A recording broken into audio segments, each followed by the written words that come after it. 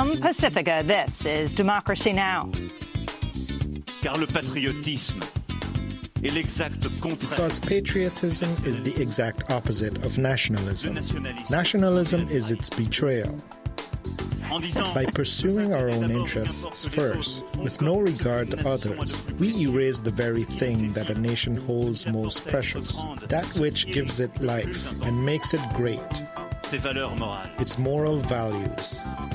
The 11th hour of the 11th day of the 11th month.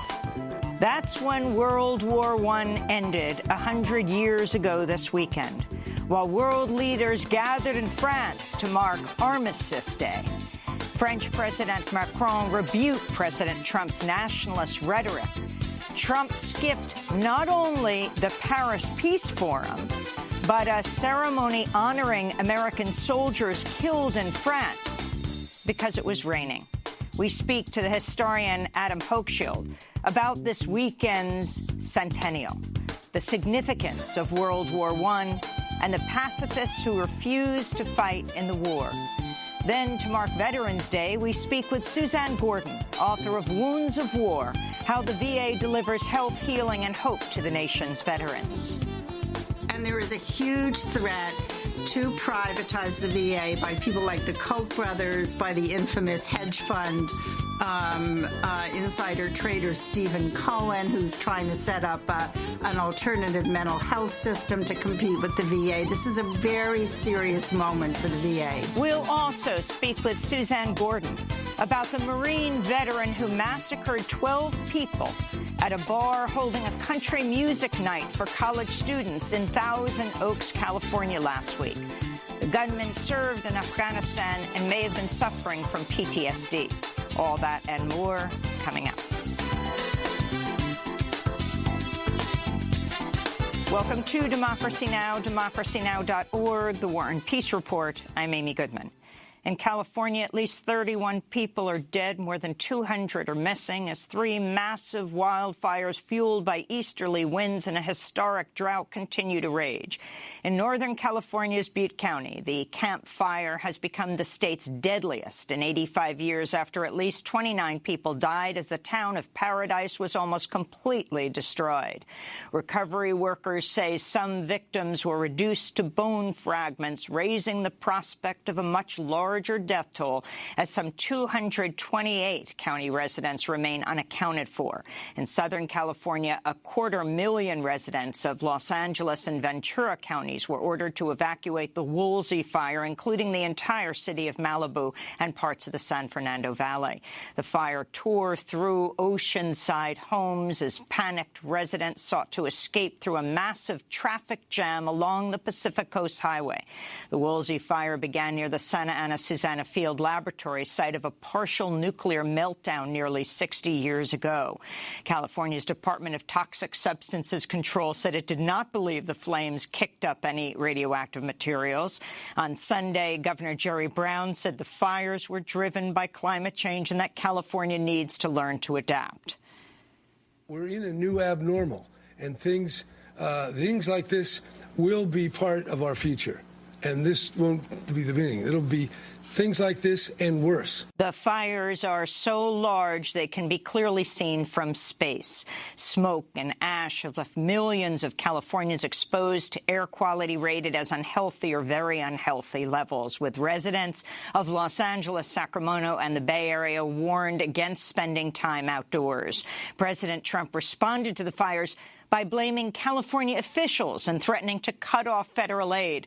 Early Saturday morning, he tweeted, "There's no reason for these massive, deadly, and costly forest fires in California except that forest management is so poor. Billions of dollars are given each year with so many lives lost, all because of gross mismanagement of the forest. Remedy now or no more Fed payments."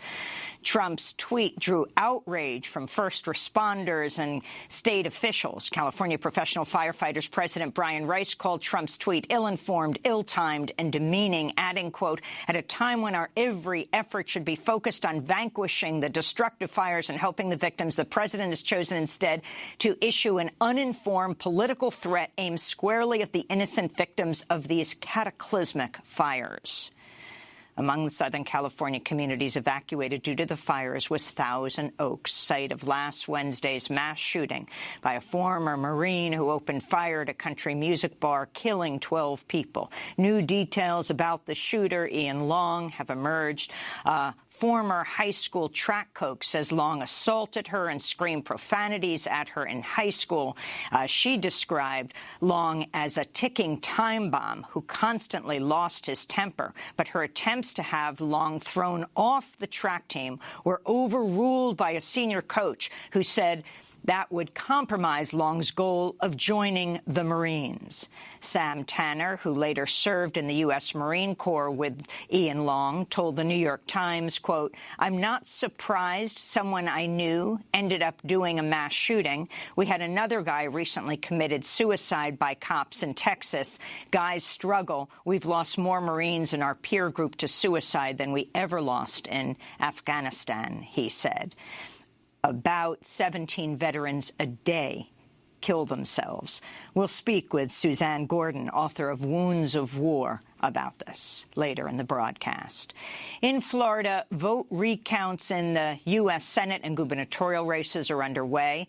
In the Senate race, Republican Governor Rick Scott's lead over Democratic incumbent Bill Nelson for Senate has shrunk to just 0.15%. In Broward County, Florida's second most populous county, reports of undervoting have raised concern, with 25,000 more people apparently voting in the governor's race than the Senate race. Some say this could be due to the confusing ballot design or problems with the vote counting machines. In the governor's race, Republican Ron DeSantis is leading Democrat Andrew Gillum by 0.41%.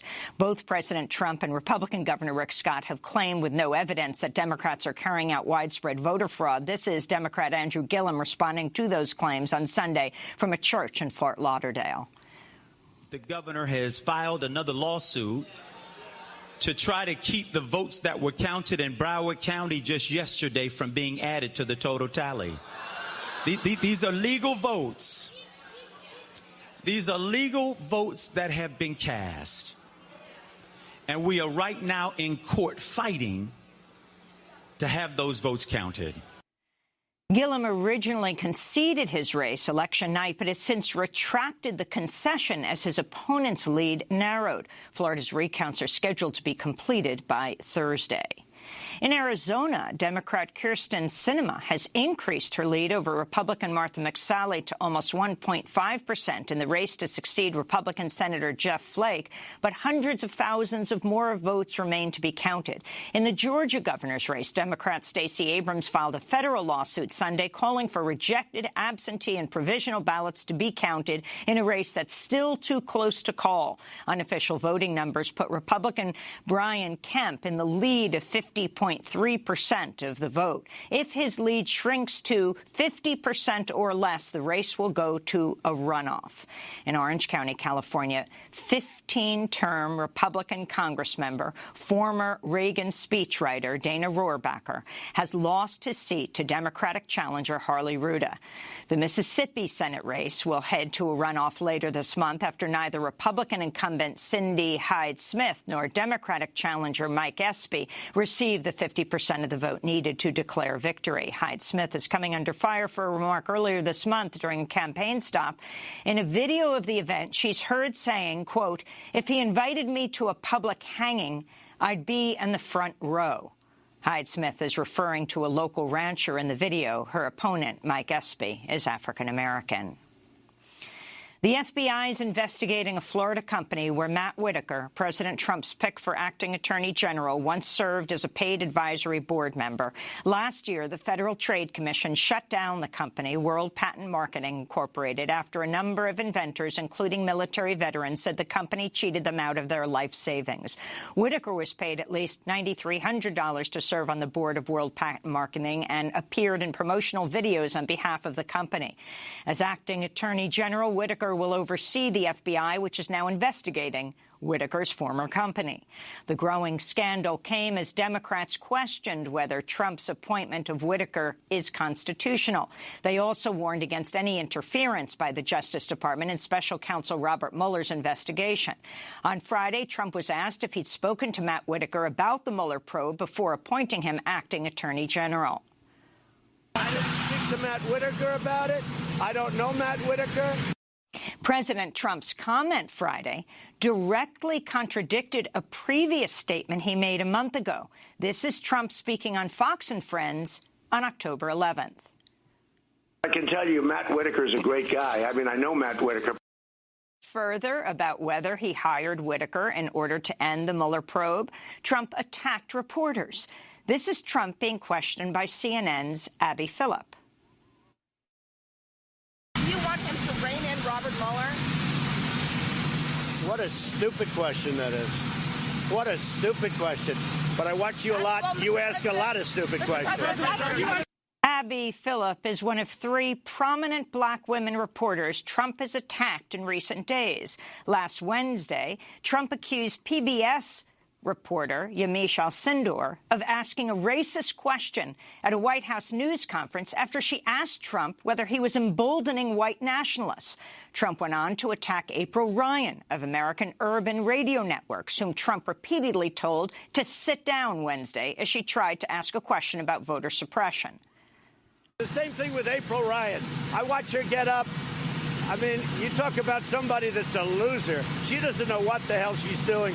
She gets publicity, and then she gets a pay raise, or she gets a contract with, I think, CNN. But she's very nasty, and she shouldn't be. In more news from the Justice Department, Jeff Sessions signed a last-minute order limiting the use of consent decrees Wednesday, hours before he was fired by President Trump. The order will restrict the ability of law enforcement officials to use court-enforced agreements between the Justice Department and local police departments to enact changes when the police departments have been accused of abuses and civil rights violations. In Paris, President Trump joined world leaders Sunday as they gathered to pay tribute to the millions who died in World War I. On the 100th anniversary of the armistice that ended the war. Speaking at a formal ceremony at the Arc de Triomphe, French President Emmanuel Macron warned growing nationalism in countries, including the United States, threatens the world again. After the ceremony, over 70 heads of state attended the Paris Peace Forum.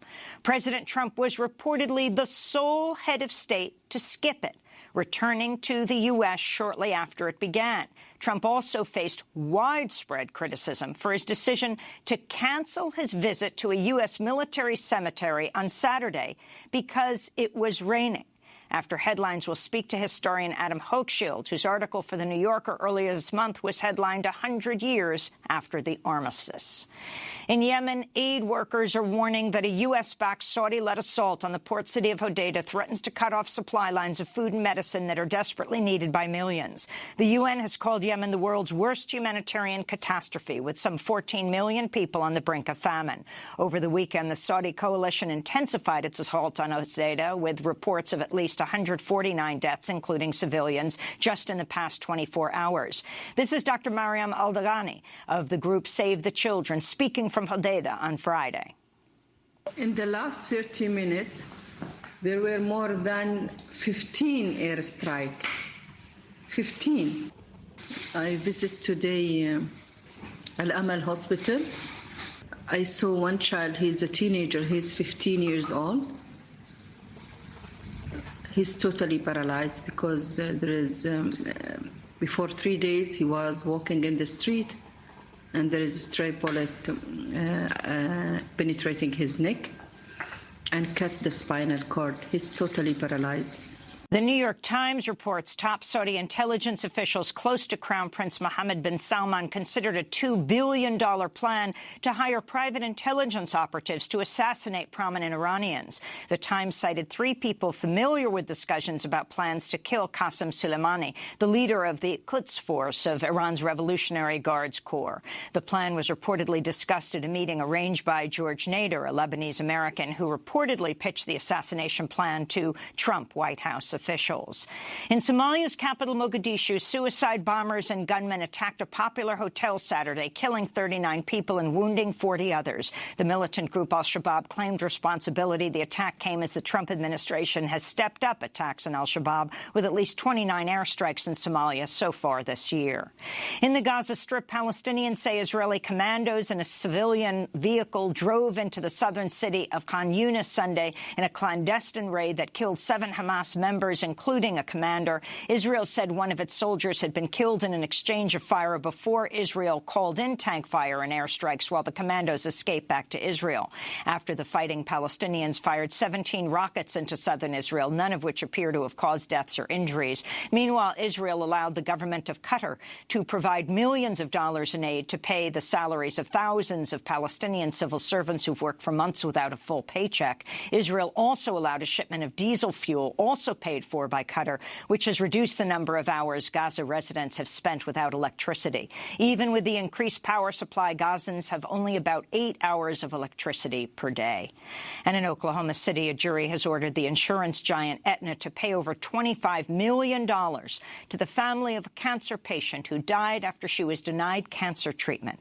The jury ruled Aetna acted recklessly in 2014 when 3 of the company's medical directors decided to deny radiation therapy to Arana Cunningham, who had stage 4 cancer near her brainstem. The directors called the treatment experimental, even though the treatment is covered under Medicare. Arana died in 2015 at the age of 54.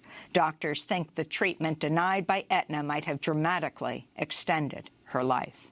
And those are some of the headlines. This is Democracy Now!, democracynow.org, The War and Peace Report. I'm Amy Goodman. The 11th hour of the 11th day of the 11th month. That's when World War I came to an end 100 years ago this weekend. On Sunday, world leaders gathered in Paris to pay tribute to the dead, marking the anniversary of the armistice of what had been described as the war to end all wars. Between 1914 and 1918, about 10 million civilians perished. Almost 10 million soldiers were killed. Another 21 million wounded. On Sunday, French President Emmanuel Macron used his address at the ceremony to caution against the dangers of nationalism. This vision of France as a generous nation with a vision which carries universal values has been, in those dark times, exactly the opposite of the selfishness of a people which only looks at its own interests. Because patriotism is the exact opposite of nationalism. Nationalism is its betrayal. By pursuing our own interests first, with no regard to others, we erase the very thing that a nation holds most precious, that which gives it life and makes it great, its moral values. Macron's comments were widely viewed as a rebuke of President Trump, who's openly described himself as a nationalist. Just before the summit, President Macron also called for formation of a European army. He said, quote, "We have to protect ourselves with respect to China, Russia, and even the United States of America. We need a Europe which defends itself better alone without just depending on the United States in a more sovereign manner." Following the formal ceremony at the Arc de Triomphe in Paris, Macron and German Chancellor Angela Merkel attended a peace conference with nearly 80 heads of state, including Russian President Vladimir Putin and Turkey's Recep Tayyip Erdogan. President Trump did not attend the Paris Peace Forum, apparently the sole leader who did not, returning to the United States shortly after it began. Yes, Trump reportedly the only one among 72 leaders to skip the meeting. Trump also faced widespread criticism for his decision to cancel a visit to a U.S. military cemetery in France on Saturday because it was raining. He canceled his visit to pay honor to the U.S. World War I war dead. To find out more about the significance of the war and its commemoration, we go now to Berkeley, California, to talk to Adam Hochschild, lecturer at the Graduate School of Journalism, University of California, Berkeley. His most recent book, published last month, Lessons from a Dark Time and Other Essays. His article for The New Yorker earlier this month headlined 100 Years After Armistice. His other books include To End All Wars, A Story of Loyalty and Rebellion, 1914 to 1918, King Leopold's Ghost as well. Adam Hochschild was a co-founder of Mother Jones Magazine. Adam, welcome back to Democracy Now! First, share your response to what took place this weekend on the centennial of World War I. Hi, Amy. It's always good to be with you. I think my main feeling was disappointment, not for the first time, with how President Trump responded to this extraordinary anniversary. Here we are exactly yesterday, 100 years to the day after this terrible war ended, and President Macron of France at least wanted to use the anniversary to bring together world leaders to talk about peace and to talk about how wars like this could be averted in the future. And instead, Trump ignored that, just went through a very perfunctory paying respects to the American dead, not the ones that he would have had to visit in the rain, but others, and then turned around and went home. I think the lesson that we ought to take from looking back at the First World War is that wars break out very easily. People always think of starting a war is going to solve a problem. It usually creates all sorts of other problems instead.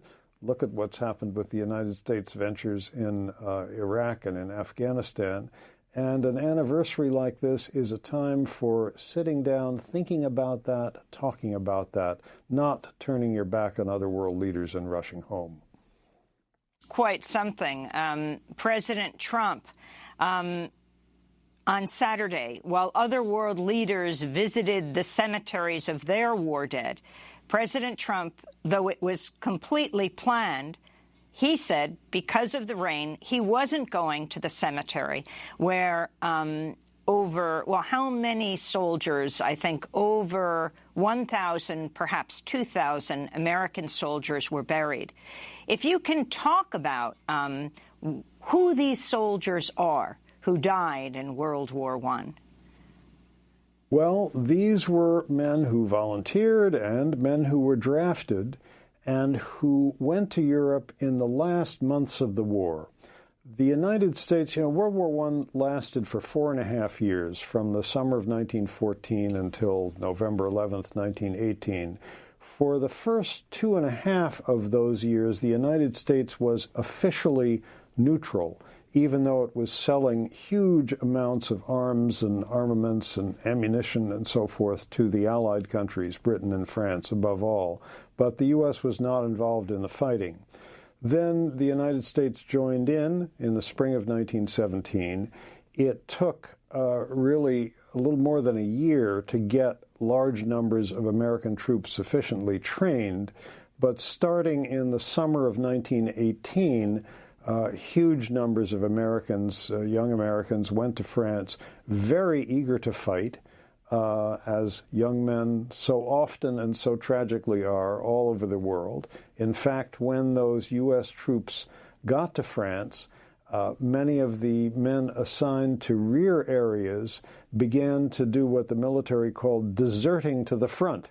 They had come to Europe to fight and to see glory in battle and not to be loading supplies in the rear somewhere. So by the end of the war, there were some 2 million American troops in France, and they certainly supplied an important ingredient in the forces that brought the Allied armies to victory. They were fresh and raring to go, unlike the soldiers of the countries that had already been fighting in Europe for more than 4 years. Roughly a little over 100,000 Americans perished in that war, about half of them in combat, and the other half from the great influenza epidemic that swept through the world at that time, killing a huge number of people. But that flu epidemic was closely related to the war because it was first medically noticed on a U.S. Army base in Kansas, and as American troops went to Europe, they carried the flu with them, and then it spread very rapidly through European countries as well. And of course, any kind of disease like that spreads even faster when the people who are suffering from it are in close confinement with lots of others in places like troop ships, army barracks, trenches, and so forth. I wanted to ask you about both French President Macron's comments, clearly alluding to President Trump calling himself a nationalist and saying nationalism is the opposite of patriotism, Macron said. In another apparent rebuke to Trump's policies, German Chancellor Angela Merkel warned of the dangers of isolationism. Der Erste Weltkrieg hat uns gezeigt. The First World War shows how isolationism leads to many destructions, and if isolationism wasn't the right solution more than 100 years ago, how could it simply be the right choice today? In an interconnected world that has 5 times more people as today, shaping an interconnected world, this was the motto of our German G20 presidency last year for this very reason. Adam Hochschild, your response.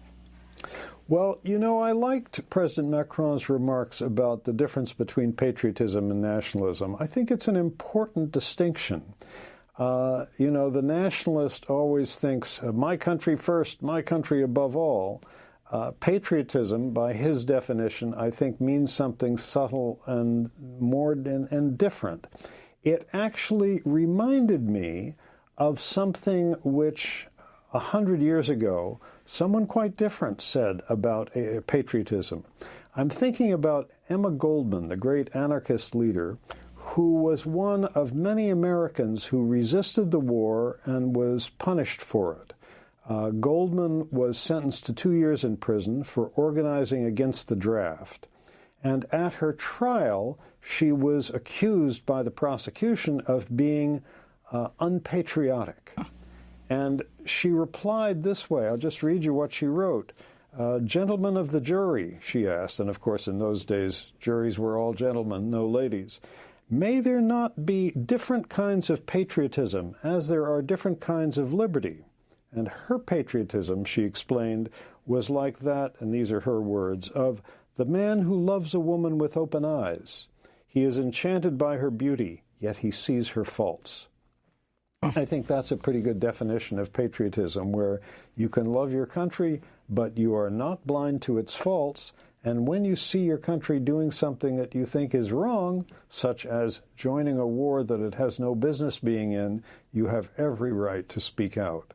So my main feeling about this 100th anniversary of this terrible war is that we should be honoring people like Emma Goldman, like Eugene Debs, like social worker Jane Addams, just to speak about Americans, who saw the war as madness when it was going on, did everything they could to bring it to a stop.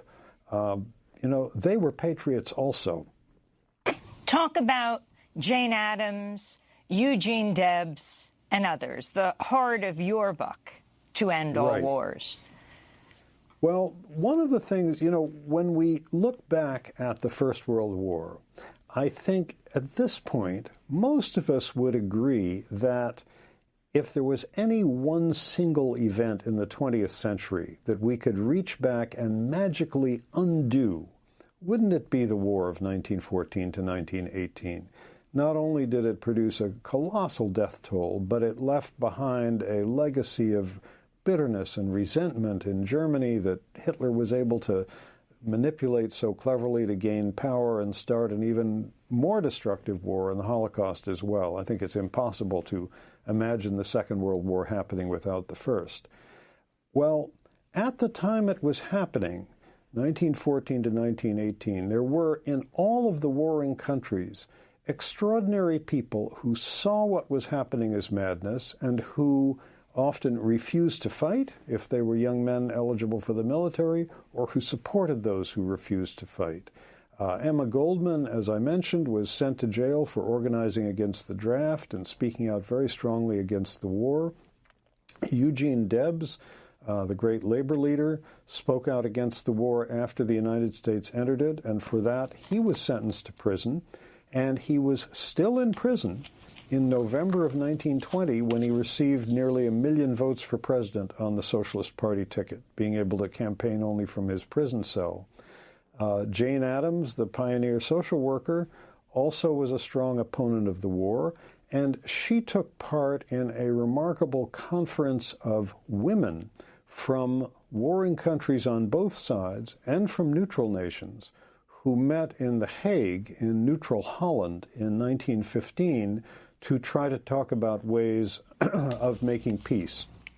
And the photographs from that conference are one of the few places, if not the only place, where during those 4.5 years you can see people from both sides embracing each other, talking together, trying to figure out how to stop this horrible conflict. There were brave war resistors in every other country. In France, for example, someone I hope they have been honoring this past week, although I haven't seen anything about it, is the great French socialist leader Jean Jaurès, who in 1914 spoke out very strongly against this war he saw looming, saw it coming. A week before it started, he rushed to Brussels for an emergency conference of the leaders of Europe's left-wing parties. Before an enormous crowd in a plaza there, he put his arm around the leader of the German Social Democrats and said, you know, our people will never make war on each other. Because of that, 3 days later, after he had gone back to France, he was assassinated. 3 days after that, the war began. His assassin, incidentally, was found innocent at his trial because the crime was judged to be, quotes, a crime of passion.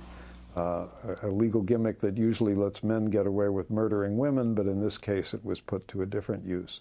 There were, more than 6,000 people in England, young men in England who were eligible for the draft, who refused it and who were sent to prison because of that. There were war resistors in Germany, like Rosa Luxemburg, the great democratically minded socialist, sent to prison for her opposition to the war.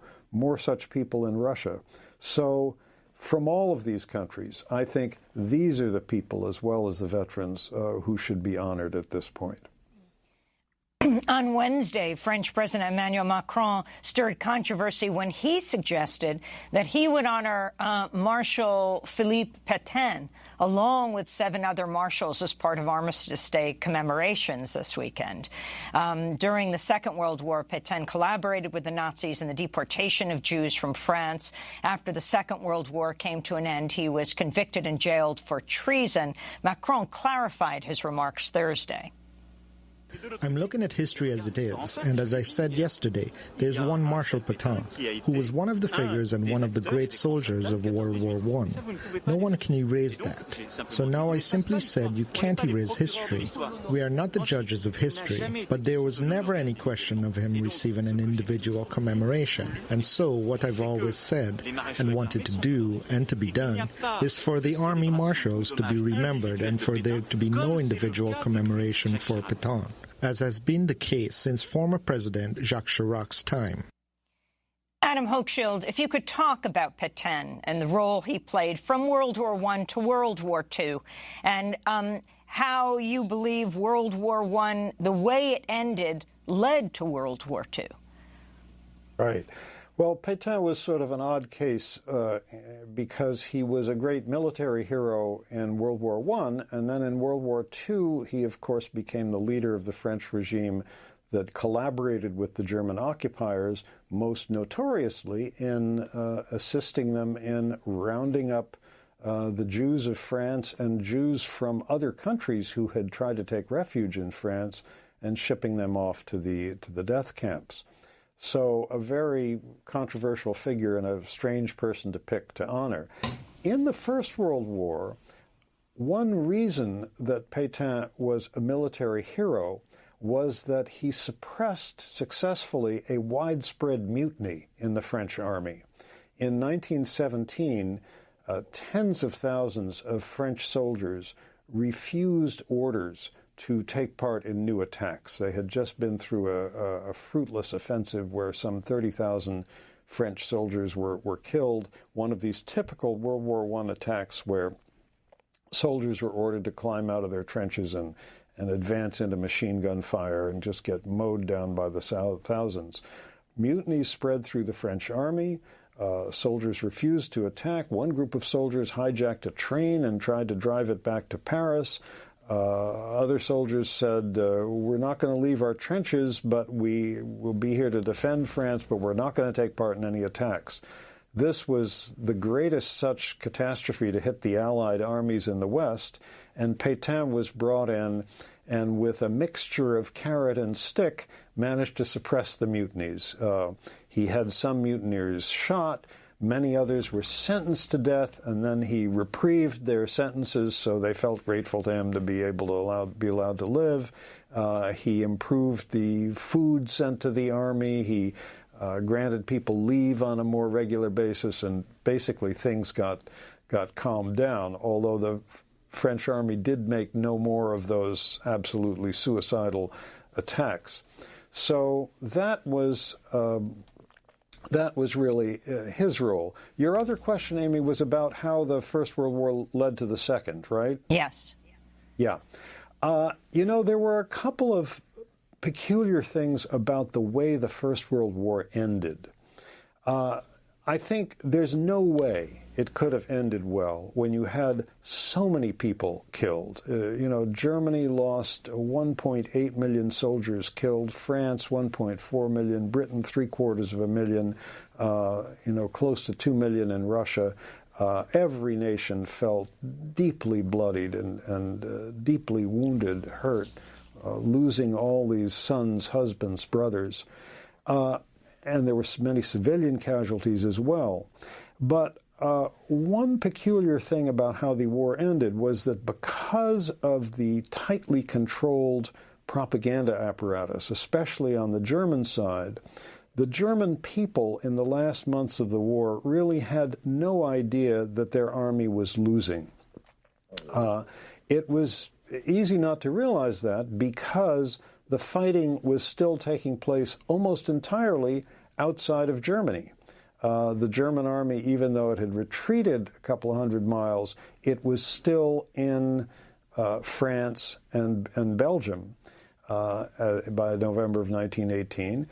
On the Eastern Front in Russia, Germany and Russia had made a peace deal, and Germany now occupied a huge swath of what was then the Russian Empire, is today Ukraine, Belarus, the Baltic states. So Germans felt, there's no fighting on our home territory. We haven't been told anything about defeats or anything. Why is there suddenly an armistice? And then the terms of the armistice became clear immediately, that Germany had to retreat from all this land it occupied, and furthermore, there were going to be reparations, and Allied troops were going to be occupying part of Germany. The Rhineland, the area of Germany on either side, particularly on the western side of the Rhine River. So that set things up for the legend of the stab in the back. The belief that the right wing in Germany encouraged very strongly that their army had been poised for victory in this great and terrible war, and then it was stabbed in the back by Jews, socialists, communists, pacifists. And even before Hitler began talking this way, there were right-wingers in Germany who were already muttering along these lines in the last months of the war, because they knew that their military was losing, which the general public did not know. They needed to have somebody to blame, and the German high command helped ensure that it would be a socialist government in the last days that would have to take the blame for signing the peace agreement, the armistice. The armistice was really a German surrender, and whatever government signed that was going to be blamed for losing the war. The high command didn't even send particularly senior military representatives to the signing ceremony because they didn't want any photographs of the key generals there. They sent a naval captain and a major general, which is rather low-ranking, and it was a civilian cabinet minister who led the delegation that signed that peace agreement. So that kind of set things up for a German public that was astonished to find out that they had lost the war, was ready to be told that somebody was to blame for this, and this really paved the way for Hitler. There was another part of that armistice agreement also that created an enormous amount of ill will, which was this. Throughout the war, Germany had been under a tight naval blockade. The British Navy controlled the seas, and their ships surrounded Germany and its ally Austria-Hungary so that no foreign ships could get through. This created a great deal of hunger because Germany on the eve of the war had imported a quarter of its food, and then once the fighting started, its production of food, its homegrown food, greatly diminished because the young men who would normally be tilling the fields and herding the cattle and so forth were all off at the front being killed. So Germany quickly ran short of food. The population was on the edge of famine for much of the war. It's estimated by scholars that more than 400,000 Germans died of malnutrition. The average German lost 10 to 20% of their body weight during the war. There are statistics on children's growth during that period that shows the average German child of any given age in 1918 was an inch shorter than the average German child of any given age in 1914. So Germans suffered terribly from this food blockade, and then were horrified to find that when the armistice was signed, it provided that the blockade would continue until Germany signed a final peace treaty. And everybody knew that was months off, and indeed it didn't happen until nearly 8 months later when the Treaty of Versailles was signed. So Germany had to continue to endure this wartime starvation for months after the armistice. And in that article I wrote, I quote the American journalist Oswald Garrison Villard, writing from Germany 4 months after the armistice and talking about how little food people have to eat. He visits one hospital where all they have to give their patients of any sort is just a carrot soup, nothing else. And he talks about how now I'm hearing a kind of bitterness in the air that I didn't hear a couple of months ago when I first got here. Adam, we only have a minute to go, but what lessons can we learn today from World War I? A couple, I think, Amy. One is that wars almost always cause more problems than they solve. Everybody thinks that starting a war is going to solve a particular problem. We're going to get some tyrant out of power. We're going to punish a country for doing this or that. And then, 10, 15, 20 years later, you find yourself dealing with consequences that you never anticipated. And I think that was the case with World War I, where it led to a second, even more destructive war, and the Holocaust as well. That's the lesson of the U.S. war in Iraq, for example, where we know today that ISIS began to form in the prison camps of that war when Islamic militants came together with veterans of Saddam Hussein's army. So I think long and hard before starting a new war. Anybody at any time should take that lesson from this first of the terrible wars of the 20th century. And particularly what President Trump should learn? In particular, I think he should learn that any wars he might contemplate, and it's a little hard to figure out what they might be, but he's made all sorts of threatening noises against the Chinese, against the Iranians, previously against the North Koreans, and possibly again against the North Koreans, because he and Kim seem to be falling out of love at this point, that, to carry any of those threats farther into war is almost certain to be a disaster. It's hard to imagine any military conflict with any of those countries ending up well and not causing more problems than it solves. Adam Hochschild, I want to thank you for being with us, author of To End All Wars, a story of loyalty and rebellion 1914 to 1918, now lecturer at Graduate School of Journalism, University of California, Berkeley, where he's speaking to us from today. This is Democracy Now! When we come back, it's Veterans Day. We'll speak with Suzanne Gordon, Wounds of War, how the VA delivers health, healing, and hope to the nation's veterans. And we'll also talk about the Marine Corps vet who gunned down 12 people at a country music bar in Thousand Oaks last week. Stay with us.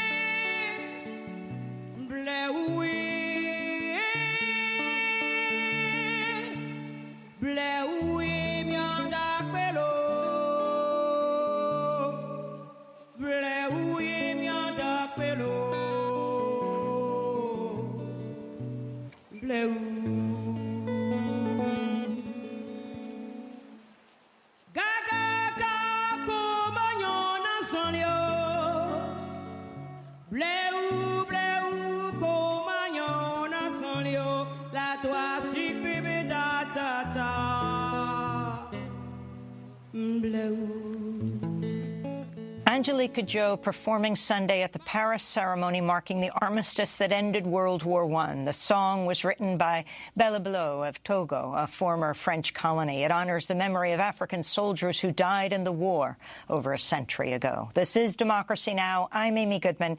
As we turn to this federal observance of Veterans Day, to the issue of veterans' health care. On Sunday, Vice President Mike Pence wrote an article for Fox News titled, "Veterans Have No Better Friend Than President Trump."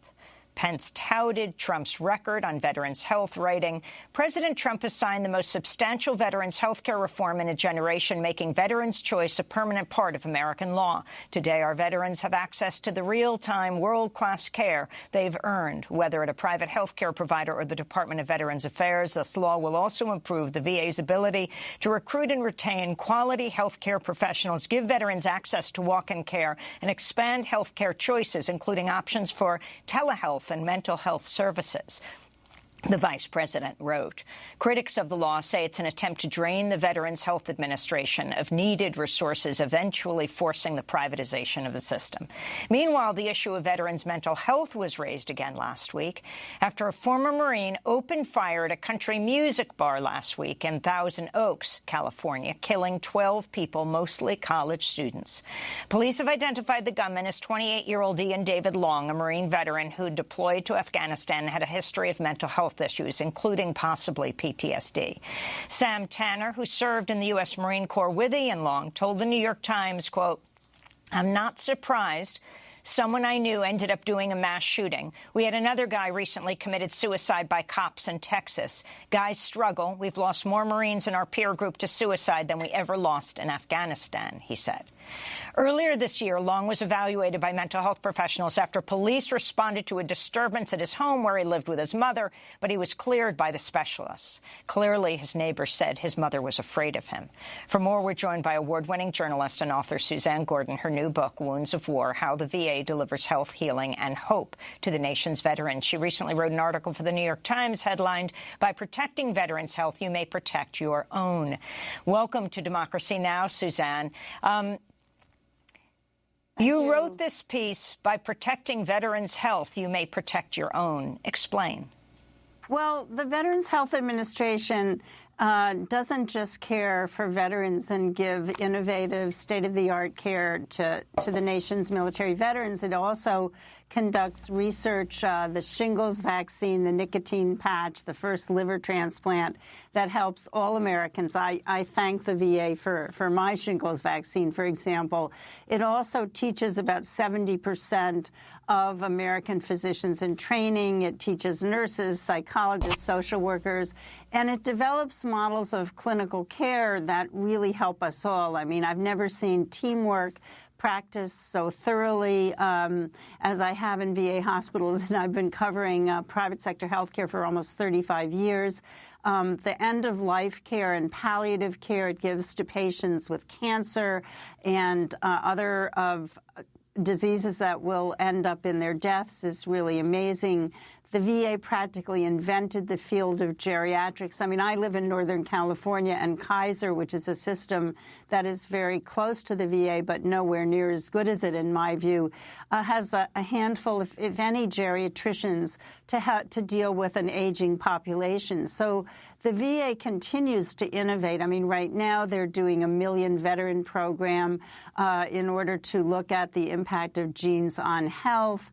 They're developing ways of dealing with demented patients that are angry and aggressive and unable to be transferred to nursing homes.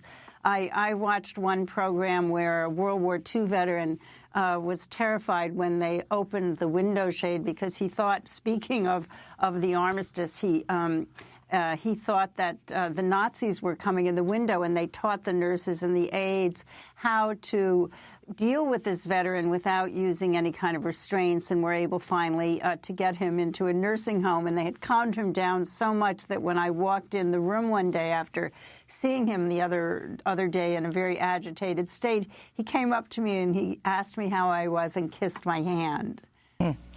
Can you talk about Pence's statement about President Trump signing the most substantial veterans' health care reform in a generation, making veterans' choice a permanent part of American law? What is this about? So he's referring to the VA Mission Act of 2018, which was passed in June. Sadly, too many Democrats also voted for this act. This act definitely is a big change, and what it will do is not make veterans healthier or really help them to deal with the many different wounds of war and of military service that they suffer from.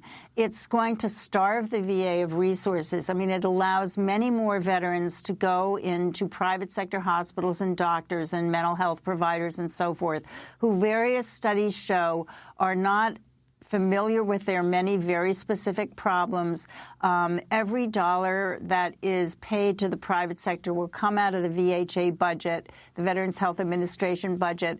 So pretty soon what we'll see is there will be more money going to private sector doctors and hospitals that are not equipped to take care of veterans' problems, and money will be taken right out of the VHA budget. And what you'll see then is facility closures, layoffs, service cuts, et cetera. And you may even see, because this is going to be so expensive, because private sector care is 2 to 3 times more expensive than VA care. I mean, Veterans Health Administration physicians and other staff are on salary, so they have no incentive to overtreat. They have no incentive to duplicate tests. They have no incentive to order other tests that aren't necessary.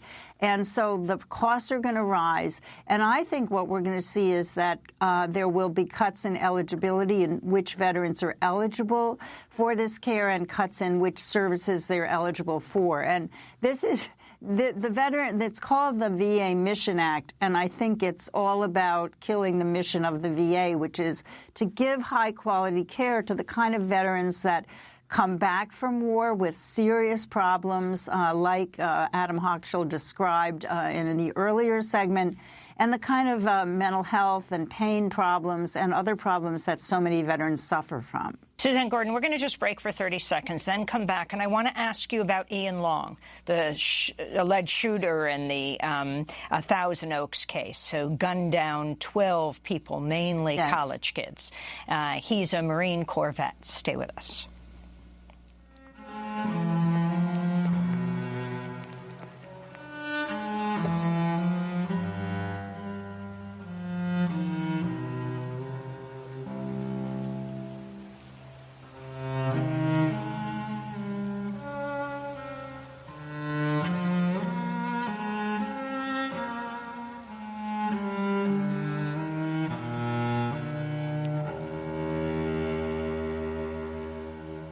That's Yo-Yo Ma performing Bach Suite No. 5 for cello and C minor at Sunday's ceremony in Paris, marking 100 years since the armistice that ended World War I. This is Democracy Now!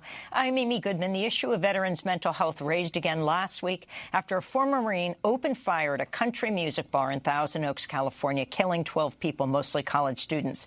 Police have identified him as 28-year-old Ian David Long, a Marine vet who deployed to Afghanistan, had a history of mental health issues, including possibly PTSD. Suzanne Gordon's still with us. Her new book, Wounds of War, How the VA Delivers Health, Healing, and Hope to the Nation's Veterans. Suzanne, we don't know that much about Ian Long, but we know some things, like the police went to his house. He lives with his mother. His mother was afraid of him. They had mental health professionals assess him, but they didn't do anything more than that at the time. He goes into this bar that apparently he frequented, and he guns 12 people down. Last week at a yoga studio in Tallahassee, Florida, another young man, young white man, who is a military veteran, blows away two women, a 61-year-old doctor and a student at Florida State. Can you talk about your response to this and looking at veterans coming home? So I think we have to be very careful, Amy, not to label every veteran who comes home with a mental health problem as a danger to other people. We have had 3 instances this year. There was also the tragic murder and homicide and suicide of a veteran in Yountville, California, who killed 3 women who led the Pathway Home program. I think that the lesson of many of these shootings is that you have to be very careful who you accept into the military and train to use arms. Ian Long apparently had problems before he was accepted into the military, and I'm sure that being in the military didn't help. Albert Wong, who killed people at the Pathway Home in California, had problems before he was taken into the military, and that didn't help. And I think that the lesson really of these shootings is that we have to not take people into the military who have problems with mental illness and then train them to use weapons. But in the case of Ian Long, also it was revealed in the last few days that he had assaulted his track coach, a woman. Right. This is in high school. She immediately brought it to authorities at the school, and they told her to hush this up because they didn't want to wreck his Marine future. Right, and that is unacceptable, and I think it behooves recruiters to really look into that, and it recruits people in high schools and in mental health to be very careful about those kinds of actions, because you really don't want somebody like that to go into military service.